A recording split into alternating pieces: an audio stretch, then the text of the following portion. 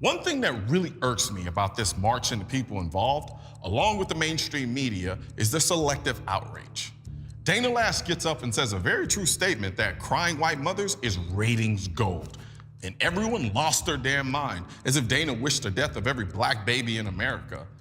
Hell, when I said no one cares about dead black kids, I had white anti-gunners coming at me like, how dare you? As if they were blacker than I was.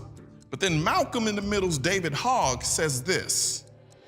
There is a lot of racial disparity in the way that this is covered. If this happened in a place of a lower socioeconomic status or a place where like a black community, no matter how well those people spoke, I don't think the media would cover it the same.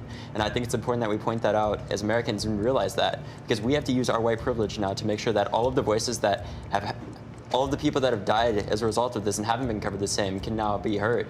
It's sad, but it's true. Wow. The arrogance of this statement knows no bounds. Who the hell gave David Hogg the authority to put on his white man's burden costume to save me from myself by marching to restrict my right to own a gun that at one point I wasn't considered human enough to own? This is the shit we're co-signing? No one said a word about that ridiculous statement. No, how dare you, or I can't believe you would say that, but let my black ass get up here and fight for a right that would have been denied to me over 100 years ago, and all I get is token this and coon that. And I'm fighting for the same rights Malcolm X, MLK, and the Black Panthers fought for. But because he's a white boy talking about white privilege, it's okay for him to march on Washington to restrict your freedom. Think about that. They only want to hear from black people who agree with gun control, the same gun control that will disproportionately affect the black communities. You think they're going to go to David Hogg's neighborhood to enforce these laws? Come on, people, think.